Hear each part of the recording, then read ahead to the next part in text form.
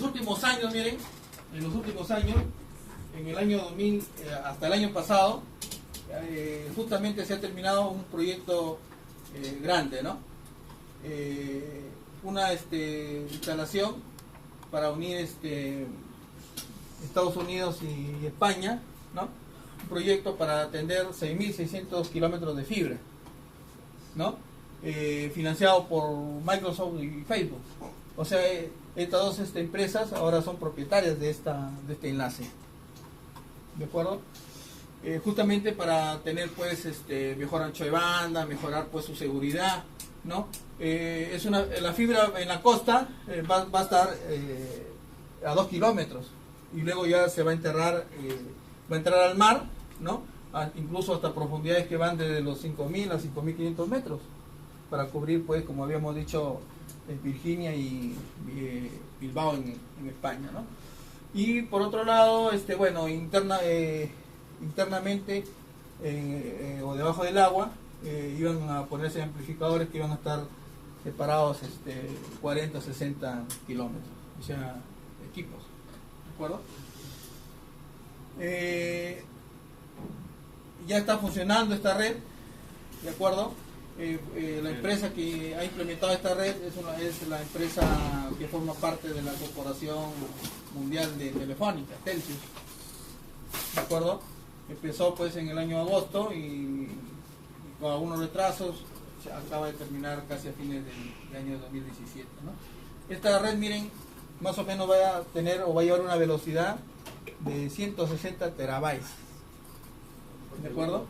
Que eso equivale pues a llevar pues unas 36.000 películas en formato Blu-ray en un segundo, ¿no? Es una para Facebook pues, ¿cuántos millones tiene Facebook? ¿No? Y ahora que cada rato publican imágenes interactivas, o sea, ¿no? Bueno, este es uno de los proyectos recientes, ¿no? Que se acaba de implementar, ¿no? Proyecto Marea. Bueno, ese, miren, ha sido más o menos la historia, más o menos. Como pueden ver, en los últimos años pues ha tenido un crecimiento rápido, ¿no? Respecto pues y podríamos decir que es el medio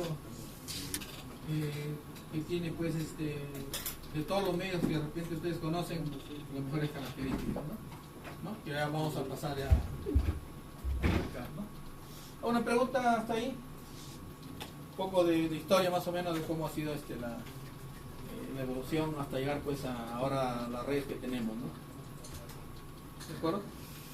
Bueno, para empezar ya como un sistema de comunicación ya, todo sistema de comunicación sabemos que tiene tres elementos, ¿no? Transmisor, el medio y el receptor. Eso es de manera general, ¿de acuerdo?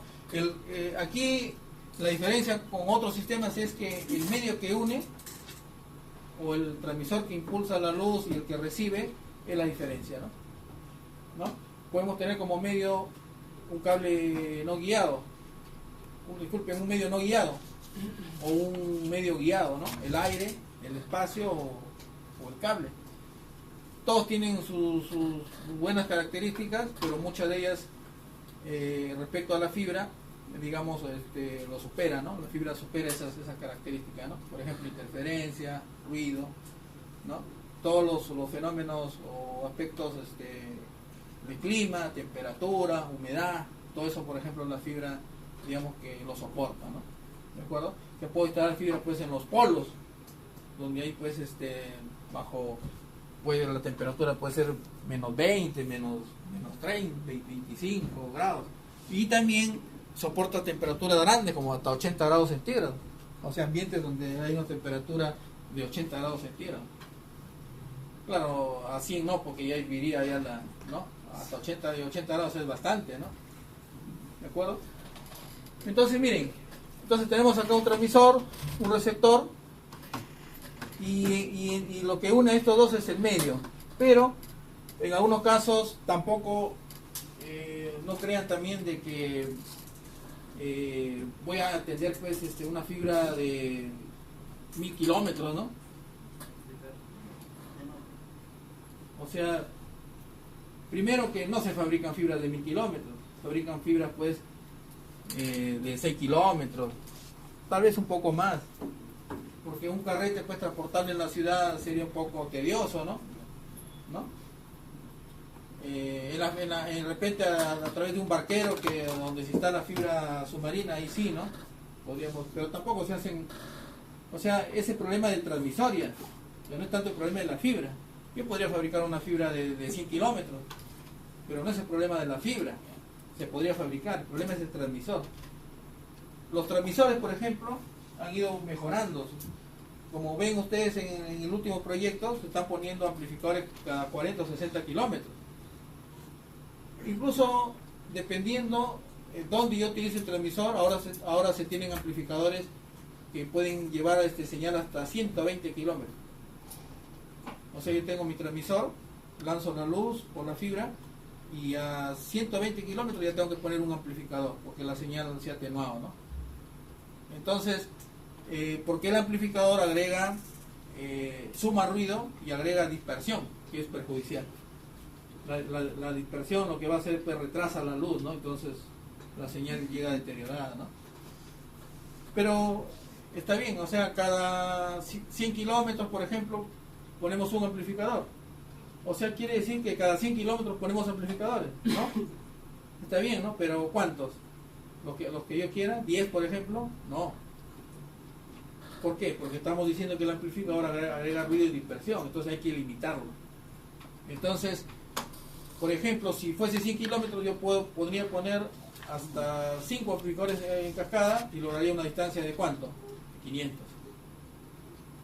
Entonces, pero después de esos 500, y si mi distancia fuese 600, ya no podría poner un amplificador más, ahí tendría que poner un regenerador. Entonces, por eso aquí aparece regenerador. O sea, cada 500, cada 600 o 700 kilómetros, yo tendría que poner, ¿qué cosa? Un regenerador. O sea, quiere decir que si mi longitud es 1000 kilómetros, forzoso que tendría que ir un regenerador en el medio, ¿cierto o no? Pero aún no vayamos tanto a redes tan grandes como estas, ¿no? Podríamos hablar de una red solo de acceso. Por ejemplo, una red de acceso, ¿te acuerdas a qué distancia era? Una FTTX. 20 kilómetros, ¿no? 20 kilómetros.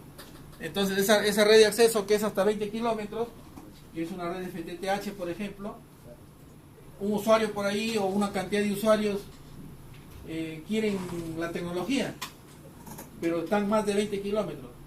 ¿Qué tendría que hacer? Están a 22 kilómetros, a 23 kilómetros, pero hay una densidad de usuarios. ¿Qué tengo que hacer ahí? Poner un regenerador. O sea que no tengo que esperar utilizar pues un regenerador para distancias tan grandes como 400, 500, 600 kilómetros, sino que las tecnologías de acceso también podrían utilizar un regenerador. ¿De acuerdo? Porque las tecnologías cortas sus distancias son, la tecnología FTTH, la longitud máxima es ¿cuánto? 20 kilómetros. Pero si yo quisiera extender, podría hacerlo hasta unos 5 kilómetros más. Pero ya tendría que poner, ¿qué cosa? Un regenerador. Y tendría que buscar la parte media, la parte que me dé más beneficios y menos hora hombre, costo de equipamiento y mantenimiento, ¿no? Entonces, por eso la presencia acá de regenerador. ¿Estamos? Entonces, el transmisor, ¿cuál es su elemento fundamental? La fuente de luz. Pero sabemos nosotros que los datos son eléctricos todavía, por eso necesito un conductor, un conductor de circuito, ¿no? A no ser pues que en el futuro nosotros transmitemos a través del pensamiento de ondas ópticas, ¿no? Y ya no va a ser necesario, digamos, utilizar conductores eléctricos, que se podría dar en un futuro, no sabemos, ¿no? Pero por ahora mi señal que es eléctrica, ¿sí o no? Por ahora es eléctrica, ¿no? Y en la computadora sí se va a dar, ¿eh? La computadora sí va a llegar un momento que se va a masificar el uso de computadoras totalmente ópticas. Memorias, buffer, todo va a ser óptico. Ya hay una computadora, sino que es costosa, pues, ¿no? Pero lo que sí es tratar la voz, aún todavía es una señal pues eléctrica, ¿no? Por eso acá dice señal eléctrica, la fuente de luz. ¿La fuente de luz qué le da a la señal?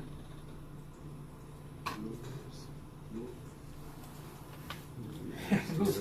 Pero ¿qué le da? O sea, ¿cómo esa fuente de luz lo trata a la señal? ¿Cómo? Claro, pero ¿qué le da? Miren, la fuente de luz ¿para qué sirve? Porque después podemos utilizar moduladores ópticos, ¿no? ¿No? Pero la fuente de luz en sí, ¿para qué cosa es? Para darle potencia, ¿no? O energía. Para darle energía, ¿no? Entonces, se supone que el emisor de luz internamente, por ejemplo, un láser, o un diodo LED, o un BCC, o un fiberperón, todos son tipos de fuentes de luz. Su misión, ¿cuál va a ser? Traducir pues un electrón en un fotón, ¿no? Y ahí ya origino pues luz. Ahora, esa luz que da energía, ¿qué lo tengo que hacer? Modular. ¿Para qué lo tengo que modular? Para que ahí se acomode pues la información y sea transmitida a través de, en este caso, la fibra, que es el medio. ¿De acuerdo? Entonces, esa es la fuente de luz. Entonces, a diferencia del cobre, ¿por qué la fibra óptica es el medio más seguro? Claro, pero esas son sus características, pero estamos hablando de seguridad. Porque no se puede chuponear. Ya, ¿y por qué? ¿Por qué? Porque no hay un dispositivo que pueda, Sí hay, ¿eh? Pero que, claro, tendrías que cortar la fibra, colocarlo y luego empalmar para que puedas... Los chinos ya inventaron ese elemento que ya no necesitas cortar la fibra, ya lo hicieron, pero no lo pueden hacer en una fibra longitudinal. Pero efectivamente, ¿por qué la fibra sigue siendo segura? Porque la fibra no siempre va a hacer esto, ¿no? La fibra puede tener 100, 10 kilómetros así a lo largo, ¿no? O sea, recto. Incluso, ¿cuál es la idea? De que la fibra se instale lo más recto posible y tratar de evitar ángulos rectos más de 2, porque si no ahí se perdería luz, ¿cierto o no? ¿No? Entonces, ¿por qué la fibra es más segura? Efectivamente, su compañero lo ha dicho, ¿no? Antes de que aparezca ese elemento que le digo, ¿no? O sea, porque no se puede. O sea, ¿yo qué tendría que hacer para conectarme a la fibra? Cortar la fibra. Y una vez que ya me cortas, pasan segundos. Así sea el técnico más rápido que empalme y todo eso. De hecho, que preparar la fibra, cortar por lo menos 2 minutos. Y ahí se detecta. Y ahí se detecta. ¿No? Pero, como digo, los chinos que han hecho, los asiáticos, ¿no? Vitel, todos los, ¿no? que vienen en esa parte, ¿no? En las curvas hay fuga de luz, ¿sí o no? Entonces han agarrado un dispositivo en la cual captan esa luz y ahí la decodifican, la desencriptan, todo, y ya tienen información. Pero eso dependería del ángulo de torsión, ¿no? Por eso es una curvatura de todas maneras. O sea, de hecho que la idea, o sea, de todas maneras la fibra en algún momento va a hacer esto. O sea, hay una curva. Y en esa curva la luz, parte de la luz sigue la curva y parte de la luz que es pequeña pues, se fuga. Entonces, ¿qué tiene que hacer? ¿Qué se tiene que hacer nada más ahí? Cortar la chaqueta. Pero no cortar la fibra, porque cuando tú estás cortando la chaqueta ahí no te detectan. A ti te van a detectar cuando cortas ya el hilo de fibra. Entonces la idea es sacar la chaqueta, los agregados, y me quedo con la fibra y ahí agarro el dispositivo y lo pongo ahí. Porque hay fuga de luz. Y esa poca fuga de luz está llevando información, ¿no? Desencripto, puede encriptar la información por seguridad, ¿no? Pero el hecho de que yo tenga que cortar la fibra, en el caso de que no tenga ese dispositivo, ¿sí? Pero, por favor, ya, ese es el caso que esté bajo el mar, es diferente. Por ejemplo, el proyecto Marea que habían colocado, si ahí quieren robar, información de Microsoft, de Facebook. Claro, o sea, la idea por eso es tener la fibra casi lo más recto posible. Pero ¿cómo haría submarinamente? Porque la fibra tendría contacto con el agua, en el caso que se le rompa la Claro, sí, pero acuérdate que la fibra va a 2 kilómetros por la costa también. Claro, lo puede agarrar por ahí, ¿no? No, nadie se va a meter a 500 metros pues, abajo del mar, ¿no? ¿No? Los tiburones, un tiburón ha entrado de repente, ¿no? Pero ahora hay de todo, ahora los chinos, los japoneses tienen sus robots y los robots se meten, ¿no? ¿Quién instala la fibra bajo el agua? No son personas, robots son, ¿no? Por la presión y, ¿no? Y todo eso, ¿no? Entonces, ahí está, ¿no? Entonces, si yo la fibra tengo que terminarla, o sea, ¿qué tengo que hacer? Empalmar. Entonces, por eso acá la fibra que se termina tiene un empalme. ¿De acuerdo? Claro que los empalmes también han ido mejorando, ¿no? Antes era empalme mecánico, ahora son empalmes por fusión, ¿no? Y luego cuando llega ya al equipo, yo necesito un acoplador. El acoplador es un elemento esencial para conectarme yo al equipo. ¿De acuerdo? Entonces hago empalme, tengo acoplador, ¿no? Entonces estos son elementos pasivos. ¿De acuerdo? Si la distancia fuese 500 kilómetros, claro, cada 5 o 6 kilómetros tengo que ir empalmando a la fibra, ¿cierto? Y cada 100 kilómetros poner, ¿qué cosa? Un amplificador. Entonces por acá voy a tener varios amplificadores. Y de ahí ya pongo un regenerador, porque no puedo poner más de 5, 6 o 7 amplificadores, dependiendo pues de cuánto amplifique ese amplificador, ¿no? Cada 80, cada 100 kilómetros, ¿no? Entonces pongo el regenerador, suponiendo que fuese pues 500 kilómetros, por ejemplo, empalme. Pero ¿qué podría suceder? De que la señal que se envió por aquí, así, de repente tenga inconvenientes, señal débil o señal fuerte, ¿no? Si es señal débil, pondré pues un atenuador. Y si, ¿no? ¿Cierto? Si es señal débil o fuerte más bien. Fuerte, ¿no? O sea, si tengo una señal fuerte, ¿qué pondré? Un atenuador. Y viceversa, ¿no? Si la señal me llega muy débil, entonces pongo un amplificador, ¿no? Entonces, esos elementos son elementos pasivos. ¿De acuerdo? Son elementos pasivos. Y luego tengo acá un fotodetector. Cumple el papel inverso a la fuente de luz. Los fotones los pasa a electrones. Se amplifica esa señal y luego ya se restaura la señal y tengo nuevamente la señal eléctrica. Suele ponerse acá también regeneradores, pero a diferencia de que este tiene entrada y salida óptica, este es totalmente eléctrico, ¿no? ¿De acuerdo? Suele también a veces ponerse filtros acá en la entrada para sintonizar, digamos, la longitud de la onda, filtros ópticos, y filtros después del fotodetector también, pero filtro eléctrico. ¿De acuerdo?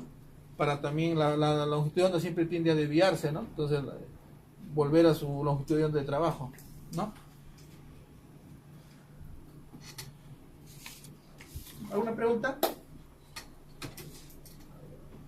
Entonces, con toda esa introducción que hemos hecho, entonces podríamos decir pues que si el mejor medio que ahora se tiene, o que se haya inventado y se haya mejorado cada vez, ¿no? Por años, entonces no hay un medio que pueda superar a la fibra óptica, ¿no? Tal es así que ahora se utiliza pues fibra en los barcos, en los aviones, en los lanzadores de satélites, o sea, en los autos también, ¿no? Incluso por los televisores, sí. La fibra se puede torcer como el cobre. Claro. Torcer o doblar así. Se puede, yo puedo hacer fibra así y no pasa nada. Pero lo que yo no puedo hacer es agarrar y formar un ángulo recto con la fibra, ¿no? Porque ahí hay fuga de luz bastante, ¿no? Pero claro, si utilizas una fibra de interior y lo vas a estar doblando así, en cualquier momento se rompe también. Pues. ¿A eso te referías? ¿O que sí puede...? ¿Y qué capacidad curvatura? Claro, tiene curvatura. De hecho que hay que respetar curvaturas, ¿no? Dependiendo si la fibra está en movimiento. ¿A qué se refiere con movimiento? Cuando estás instalando la fibra. O sea, cuando yo estoy instalando la fibra, ese es el problema, por ejemplo, de la red dorsal. Que, digamos, como el proyecto lo ganó Azteca, pero Azteca subcontrató a Gila, por ejemplo, y Gila a otra empresa, y esa empresa a otra, y recién esa a la que realmente hace el trabajo, ¿no? Entonces, imagínate, ¿no? Entonces, de hecho, pues que en las empresas que cobran poco, digamos, en realidad no saben lo que es instalar una fibra. Porque cuando los herrajes, por ejemplo, las curvaturas, ¿cuánto debo dejar de fibra, por ejemplo, de bacat, por ejemplo, en los postes o en la misma cámara? No es cuestión de dejar 50 metros, 60 metros, ¿no? ¿Por qué? O sea, no es porque de repente el desgaste de la fibra misma, o sea, me refiero a costo, ¿no? Sino que también ahí se produce pérdida por retorno, es una pérdida de retorno, ¿no? Claro que la pérdida de retorno lo sufre más el cobre que la fibra, ¿no? Porque la fibra es óptica, la luz, pues, ¿no? Pero hay una pérdida de retorno, ¿no? La pérdida de retorno se traduce en temperatura, en calor, que no es otra cosa que pérdida de energía, ¿no? Entonces, podemos mencionar, miren, de las ventajas, provee pues un gran ancho de banda. En ese ancho de banda que provee la fibra, ¿de qué valores estamos hablando? ¿De qué ancho de banda se habla ahí? Una mononodo, ¿cuánto puede hablar? Por eso, primero especifiquemos de qué ancho de banda se está hablando ahí. De la velocidad. ¿De la velocidad o estamos hablando de la fibra? De la velocidad de transmisión. ¿Ah? Velocidad de transmisión. ¿De qué estamos hablando ahí? De la fibra. De la fibra. ¿Cómo se llama el ancho de banda que se especifica en la fibra? ¿Cómo se llama? Se llama P sub 0, ¿no? Cuando comencemos a estudiar eso vamos a P sub 0, ¿no? ¿Me acuerdas de qué era B sub 0? ¿Me olvidé ya? ¿Ah? ¿Qué cosa es B sub 0? B sub 0, ese es ancho de banda. A esto se le llama ancho de banda óptico. A eso se le llama ancho de banda óptico, ¿no? Ancho de banda óptico. ¿Y qué cosa es el ancho de banda óptico? Es el ancho de banda por la longitud. Pero este ancho de banda ya es eléctrico. Porque, ¿qué tipo de información es la que llevamos por la fibra? Es óptica, ¿cierto? Pero, ¿qué información es la que la he modulado? Y le he dado fuerza con la fuente de luz. La señal eléctrica, ¿sí? Los datos son de la computadora que salen. ¿Cómo se llaman los bits que pasan que salen de la interfaz Ethernet y que va al medio? Bits eléctricamente codificados, ¿no? Bits eléctricamente codificados. ¿Por qué? Porque es una señal digital, ¿cierto o no? Bit eléctricamente codificada. Entonces, esos bits eléctricamente codificadas es la que debo pasarla a qué tipo de señal? A impulsos de luz, ¿no? A impulsos de luz con un tipo de modulación. La modulación, miren, en los transmisores es lo que ha ido evolucionando, ¿no? ¿Qué tipo de modulaciones? ¿Qué tipo de modulaciones conocemos? De modulación para óptica. Claro, para óptica, claro. Modulaciones, esas son técnicas de multiplicación. Se utilizan, por ejemplo, las modulaciones tradicionales eléctricas, no retorno a cero, retorno a cero, ¿de acuerdo? Pero son pobres en velocidad. Ya se utilizan otro tipo de modulaciones como OOK, ¿no? Que ya me permite ya al menos llevar en gigabit. Pero si yo quiero, por ejemplo, la red dorsal que va a llevar 100 gigabit, es la velocidad que está llevando la red dorsal, 100 gigabit. Pero 100 gigabit a distancias pues de kilómetros, de 80 kilómetros, por ejemplo, 100 gigabit, porque de ahí amplifico, ¿no? Entonces estamos hablando de 100 gigabit a 100 kilómetros. Entonces ahí voy a utilizar un OOK, un retorno a cero, Entonces ahí ya utilizo pues un QPSK-PM, por ejemplo, ¿no? Un QPSK-PM, ¿no? Modulación en fase, en cuadratura, ¿no? Y doble polarización, ¿no? PM QPSK.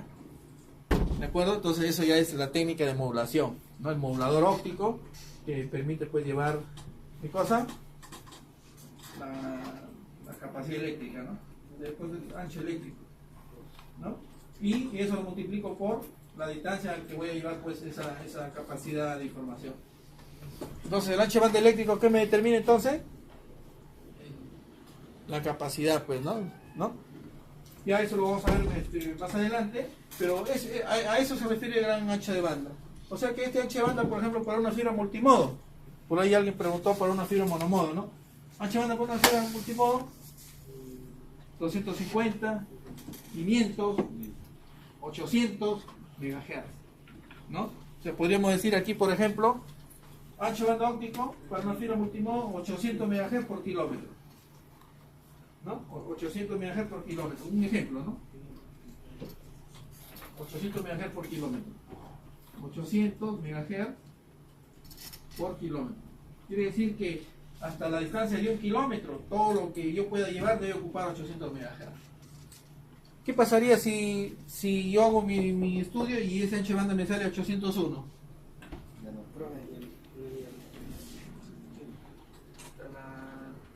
No y media, ¿no? Sí. Entonces, ¿qué pasaría si el ancho de banda fuese 801 por kilómetro para esa fibra? Se perdería parte de la información, ¿no? Se limitaría, entonces sería un ancho de banda limitado, ¿no? Porque un megahertz, digamos, tendría de repente mucha atenuación, mucha dispersión, ¿no? Y esa información sería errónea, pues, ¿no? ¿De acuerdo? Por eso gran ancho de banda. Y para una fibra monomodo, ¿cuánto es su ancho de banda?